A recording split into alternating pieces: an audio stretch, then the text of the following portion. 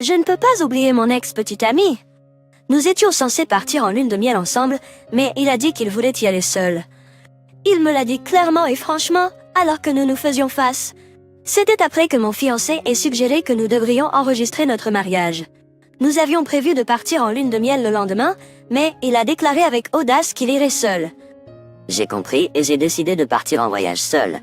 Mon fiancé avait choisi sa partenaire de liaison à ma place et je n'ai plus aucun sentiment pour lui. J'ai pris la décision de ne jamais revenir ici et de partir en voyage seule.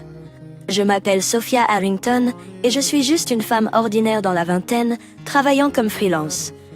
Je suis actuellement fiancée à mon partenaire, Gary Manning, que je fréquente depuis l'université. En raison de la situation actuelle, nous avons décidé de ne pas avoir de cérémonie de mariage. Honnêtement, je ne me souciais pas particulièrement des robes de mariée ou des cérémonies. Et Gary n'avait pas l'air très intéressé non plus, donc ce n'était pas un problème. Nous avons simplement eu une réunion avec les deux familles et acheté les bagues. Il ne restait plus qu'à soumettre notre enregistrement de mariage pour notre prochain anniversaire dans quelques mois. Actuellement, nous sommes fiancés et avons emménagé dans notre nouvelle maison. Bien que notre mariage ne soit pas encore officiellement enregistré, nous portons déjà nos bagues et vivons comme un couple marié. C'est après un certain temps à vivre cette vie que Gary a soudainement suggéré « Eh bien, pourquoi ne partirions-nous pas en voyage pendant les vacances le mois prochain ?» C'était exactement les vacances pendant lesquelles nous avions prévu d'enregistrer notre mariage. Nous avions prévu d'aller à la mairie, mais nous n'avions pas beaucoup réfléchi à autre chose. « Veux-tu dire comme une lune de miel ?» J'ai demandé. « Puisque nous n'avons pas de cérémonie, nous devrions au moins partir en voyage, non ?» J'ai été surpris car je ne m'attendais jamais à ce que Gary suggère une telle chose. Quand il s'agissait de célébrer les anniversaires ou de gérer les procédures de mariage, il me laissait toujours tout faire. J'avais pratiquement abandonné cet aspect, car nous étions tous les deux occupés avec le travail et Gary n'était pas très porté sur les voyages. J'avais complètement abandonné l'idée d'une lune de miel. Je suis tellement heureux. Je veux y aller, et je dis avec joie. Et ainsi, notre lune de miel a été décidée plutôt brusquement. Après quelques discussions, nous avons décidé de choisir une destination nationale en raison de la soudaineté du plan. J'étais heureuse peu importe où nous allions.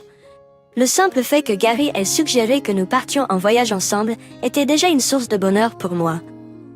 Choisissez n'importe quel endroit que vous aimez, a-t-il dit. Il a finalement laissé la décision entre mes mains. À l'époque, j'étais tellement ravie que cela ne me dérangeait pas du tout. C'était l'été et il faisait chaud, alors j'ai décidé d'aller au lac Tahoe. Je me suis souvenu que Gary avait dit une fois en regardant la télévision, « Tu sais, je ne suis jamais allé au lac Tahoe. J'aimerais y aller. » C'était il y a longtemps, donc il ne s'en souvient probablement pas. Pourtant, espérant que Gary serait heureux, j'ai planifié diverses choses. Avec le recul, c'était probablement le moment le plus heureux pour moi. Je n'aurais jamais imaginé que des moments si douloureux suivraient. Quand j'ai commencé à préparer le voyage, Gary avait une réunion d'anciens élèves de lycée à laquelle assister. Nous nous sommes rencontrés à l'université et je ne connaissais presque aucun des amis de Gary du lycée. Même si cela s'appelait une réunion, je n'étais pas exactement ravie qu'il aille à une fête arrosée avec des personnes de sexe opposé. Cependant, Gary est parti joyeusement, disant « Je vais annoncer notre mariage à tout le monde ».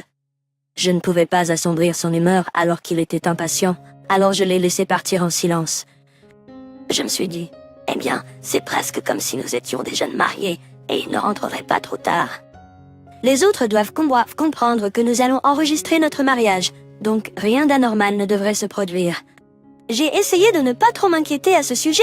Cependant, Gary n'est pas revenu même lorsque l'heure de la réunion était passée. Il avait dit qu'il reviendrait après la première fête. Je l'ai appelé plusieurs fois parce que j'étais inquiète, mais je n'ai pas réussi à le joindre. J'espérais juste qu'il n'avait pas exagéré. Malgré mes inquiétudes, Gary est revenu le lendemain matin en disant « Désolé, désolé ». Cela était plus excitant que je ne le pensais. Gary, qui s'est réveillé l'après-midi suivant, s'est excusé et a dit « Ça ne me dérange pas s'il rentre tard, mais il aurait au moins pu appeler. » C'est ce qu'il a toujours fait. Je me suis un peu irritée. Il y avait des personnes de sexe opposé à la réunion. Rentrer à la maison le matin après un tel événement ne me fait pas me sentir bien, mais je ne voulais pas le dire à voix haute, car je ne voulais pas passer pour quelqu'un de collant. J'ai dit à Gary « Allez, fais attention. Nous sommes pratiquement des jeunes mariés. » Je n'ai pas donné plus de détails, mais je n'arrivais pas à me débarrasser du sentiment que quelque chose avait changé depuis ce jour-là. Gary agissait étrangement. Est-ce cela qu'on appelle l'intuition féminine? Ce ne sont que de petites incohérences, rien de définitif. Mais quelque chose clochait. Il rentrait un peu plus tard à la maison qu'avant et commençait à emmener son smartphone aux toilettes. Aux toilettes et dans la salle de bain, quand je lui parlais, il semblait souvent distrait. Ce n'était que de petits changements, mais mes instincts me mettaient en garde contre quelque chose qui n'allait pas. Gary semblait nettement différent d'avant. Je ne pouvais m'empêcher de me demander si quelque chose s'était passé lors de la dernière réunion. Cependant, je n'avais pas le courage de transformer mes soupçons en certitude. J'avais peur de jeter un œil à son téléphone ou de le confronter à ce sujet seul. S'il y avait un problème, que devais-je faire? Nous allions nous marier, et l'idée que quelque chose n'allait pas était effrayante, m'empêchant de franchir le pas suivant. Avec ces sentiments, le jour de notre voyage approchait progressivement. Gary était toujours distrait. Il ne m'écoutait presque pas ces jours-ci. Et tu m'écoutes? Même quand je demandais, il disait simplement « Désolé, je n'écoutais pas. Je suis juste fatigué du travail. » Et il ne s'engageait pas avec moi. Nous n'avions pas eu de vraies conversations depuis des jours. Quel genre de vie de couple est-ce? Je voulais parler davantage et passer du temps ensemble. J'étais remplie d'anxiété. Pouvais-je vraiment profiter de notre lune de miel dans un tel état? Ce doute dominait mon esprit. Et enfin, j'ai franchi une limite que je n'aurais pas dû franchir. C'était le jour où Gary est rentré ivre d'une soirée de beuverie d'entreprise. Il s'est endormi sur le canapé du salon. Son smartphone est tombé de sa main avec un bruit sourd. Je l'ai ramassé, pensant le poser sur la table. À ce moment-là, une notification a attiré mon attention. Je n'ai jamais eu l'intention de fouiner, mais je l'ai vu par hasard. L'expéditeur du message était Rita, une femme. Ce n'était que pour un instant, alors je n'ai pas pu tout voir, mais je pense que ça disait quelque chose comme « As-tu réussi à tromper ta femme?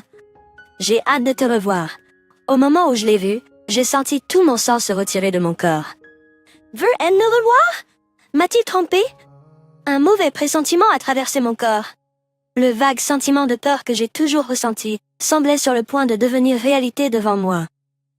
Malgré le fait que je pensais que je ne devrais pas regarder, je n'ai pas pu résister. Après m'être assuré que Gary dormait profondément, j'ai pris son smartphone. Je savais qu'il n'avait jamais mis de verrou sur son smartphone. Je croyais que c'était parce qu'il me faisait confiance et qu'il n'avait rien à cacher. Prudemment, j'ai vérifié les messages. Ce que j'ai vu était une série de messages qui m'ont donné envie de détourner le regard. Aujourd'hui, Gary a dit qu'il allait à une soirée de beuverie d'entreprise, mais il semble que ce soit un mensonge. C'était un mensonge! En réalité, il avait rencontré une femme nommée Rita. Jusqu'à il y a un instant, mon fiancé était seul avec une autre femme. Et il m'avait menti, disant que c'était une soirée de beuverie liée au travail. Tu ne crains pas que ta femme se méfie puisque vous êtes des jeunes mariés? Pas de souci. Je lui ai dit que c'était une soirée de beuverie d'entreprise. Elle est tellement oblivieuse, elle ne remarquera jamais. Tu es un mari terrible. Il semble que cet échange ait eu lieu pendant la journée. Vers l'heure où il m'a dit de ne pas attendre le dîner à cause d'une soirée d'entreprise. Je l'ai cru, pensant que cela ne pouvait pas être évité s'il s'agissait d'un événement d'entreprise. En remontant plus loin, le plus ancien message remonte à un mois. Le jour de cette réunion. J'ai été surpris de voir à quel point tu étais devenue belle quand nous nous sommes revus après si longtemps. La rupture a été une erreur. Si j'étais resté avec toi, Gary, c'est moi qui t'aurais épousé.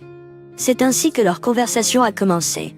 Il semble que cette Rita soit l'ex-petite amie de Gary. Ils ont dû sortir ensemble au lycée. Au moment où il m'a rencontré, ils s'étaient déjà séparés.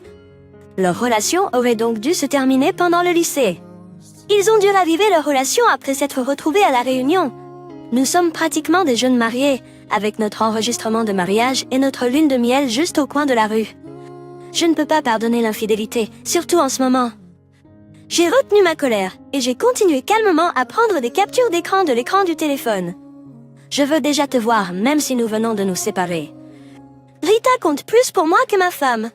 Je t'aime. Quitte ta femme et épouse-moi. Je peux mieux te satisfaire, n'est-ce pas? Tout en préservant de tels échanges délirantes comme preuve, j'ai laissé les larmes couler librement. Étais-je le seul à penser que nous étions heureux?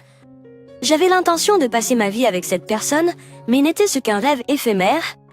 Après avoir pris toutes les photos, j'ai discrètement replacé le smartphone à côté de mon mari. Quoi qu'il en soit, ma décision était prise.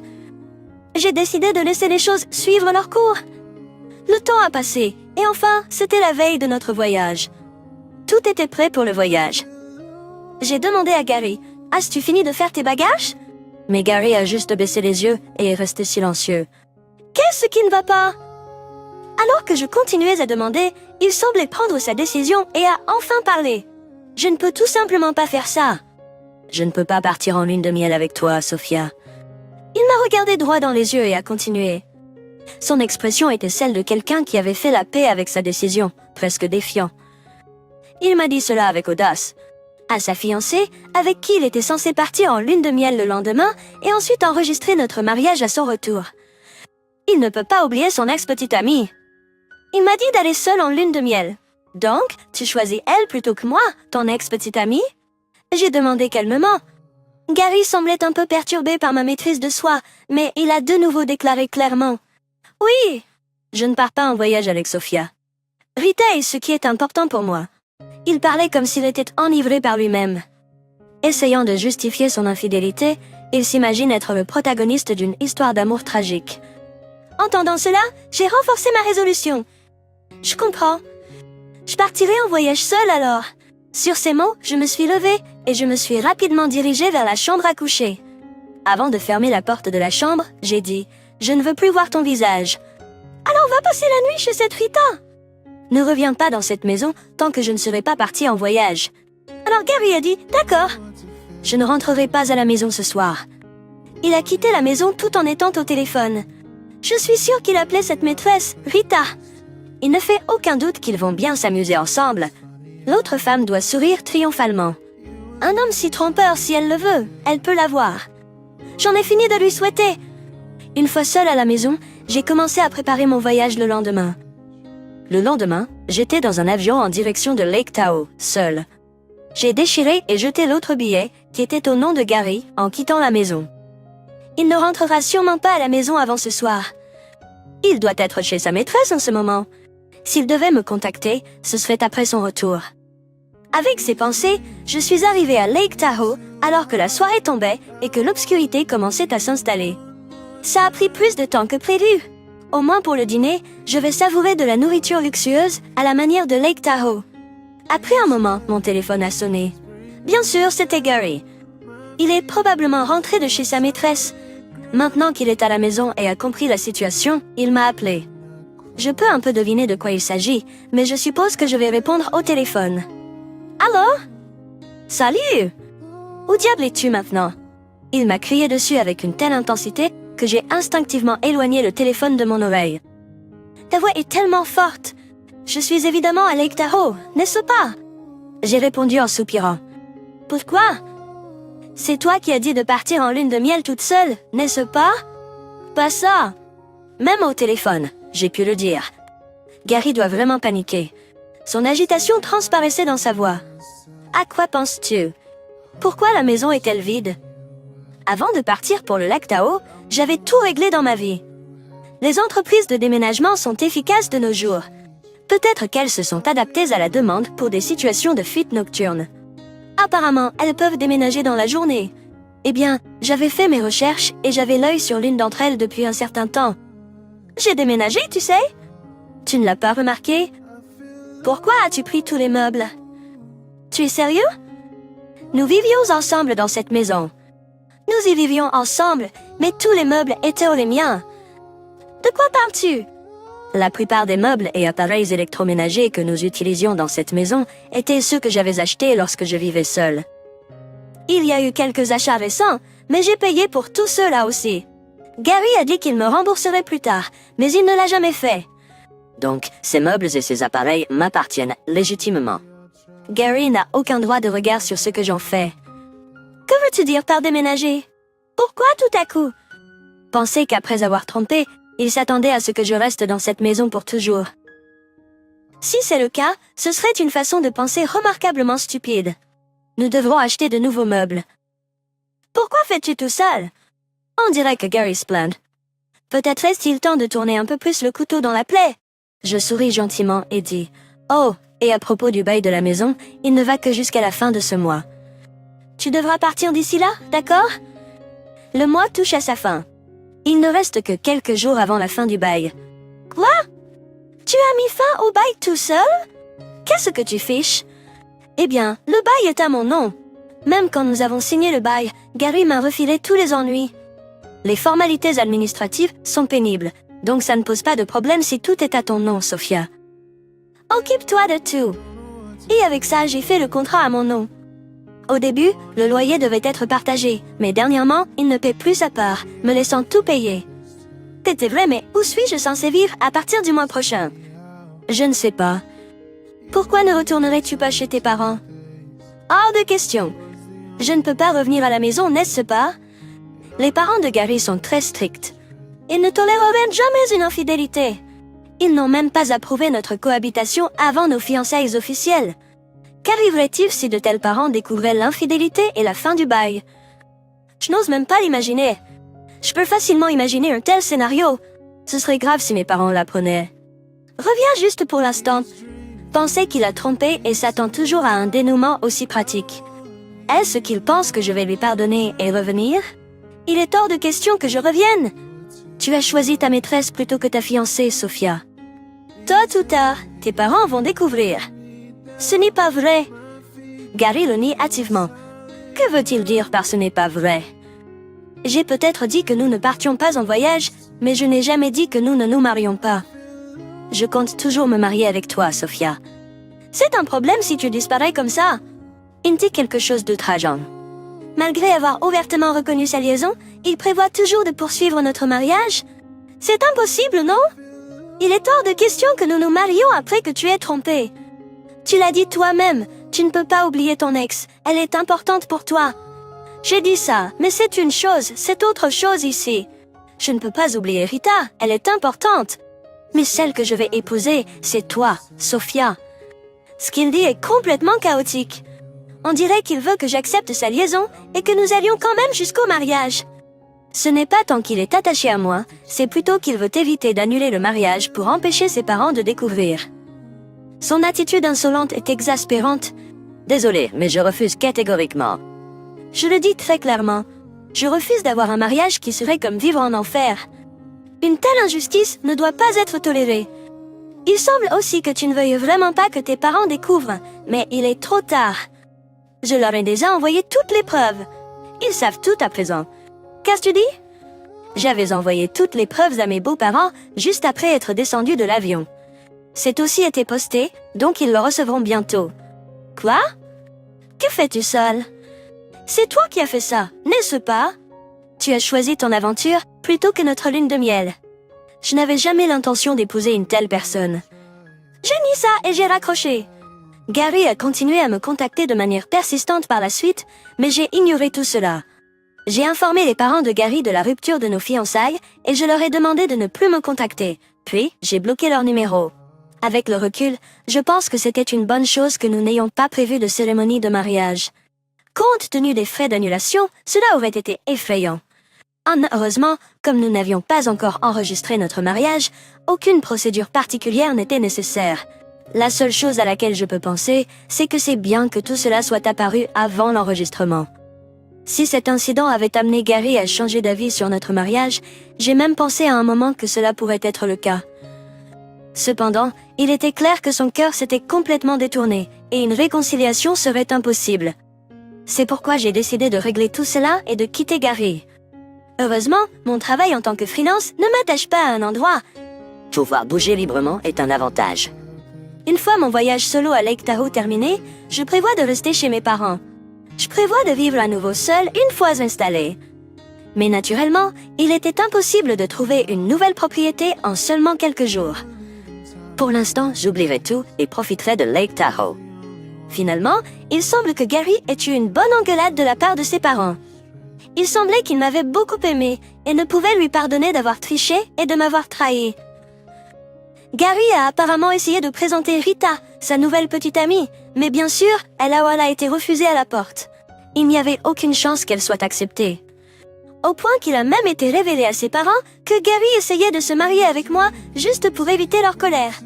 Une telle indécision, appeler Rita sa nouvelle fiancée, n'a dû qu'aggraver la colère de ses parents. Gary a été renié et effectivement chassé de la maison familiale. Il a perdu son foyer et sa famille. On pourrait dire que c'est une issue pitoyable.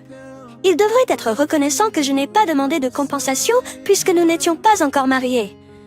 J'aurais pu le revendiquer si je l'avais voulu. Mais je savais qu'il aurait une vie assez difficile sans cela. Honnêtement, le salaire de Gary n'était pas très bon. Probablement un peu en dessous de la moyenne pour son âge. Comparé au mien, c'était environ la moitié. Bien sûr, je suis resté silencieux car je ne voulais pas blesser la fierté de Gary en lui disant cela.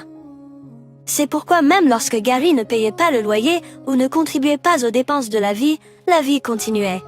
C'était possible grâce à mes gains. Mais maintenant, que va-t-il advenir de Gary? Soudainement expulsé, sans meubles ni appareils.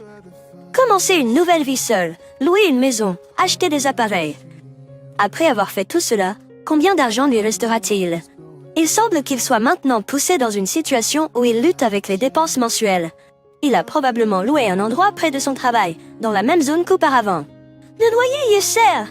S'il continue son mode de vie sans cuisiner pour lui-même, son argent s'épuisera rapidement. De plus, comme il ne peut plus compter sur mes gains, ses revenus sont inférieurs de moitié. Son solde bancaire touchera rapidement le fond. Il a dû se rendre compte qu'il pouvait se permettre des rendez-vous et des hôtels avant à cause de moi. Et un homme sans argent peut-il garder sa partenaire amoureuse pour toujours? Comme prévu, Rita a rapidement quitté Gary. Elle semble bien s'entendre avec un nouvel homme maintenant. Gary a perdu sa fiancée, le soutien de ses parents, sa maison et même sa partenaire amoureuse. Même s'il regrette ses actes, rien ne reviendra. Même sans que je réclame une compensation, il est contraint de mener une vie difficile. Étant rejeté, il ne peut même pas compter sur sa famille. Il est vraiment dans une situation désespérée. Quant à moi, je vis confortablement chez mes parents. Je suis occupée au travail comme d'habitude, cherchant un nouvel endroit où vivre et rêvant d'une nouvelle vie. Quand ils ont appris la rupture de mes fiançailles, mes parents ont été choqués au début. Mais après avoir entendu les détails, ils ont compris. Ils ont probablement pensé que c'était bien que cela se soit passé avant l'inscription. Nos amis communs ont également été très surpris. Mais pour moi, c'est déjà devenu une histoire dont je peux rire, donc je n'ai pas l'intention de le cacher. Probablement, les rumeurs se répandront, et le cercle social de Gary se rétrécira. Il va probablement s'éloigner également de ses amis de l'université. Le voyage en solitaire au lac Tahoe m'a rendu accro au voyage en solitaire. Maintenant, je prévois d'aller quelque part au sud la prochaine fois. Ayant vécu la rare expérience de rompre un engagement, je ne peux pas rester abattu pour toujours. La vie est trop précieuse. Je dois en profiter au maximum. Dans cet esprit, je continue de mener une vie épanouissante, tant dans mon travail que dans ma vie privée.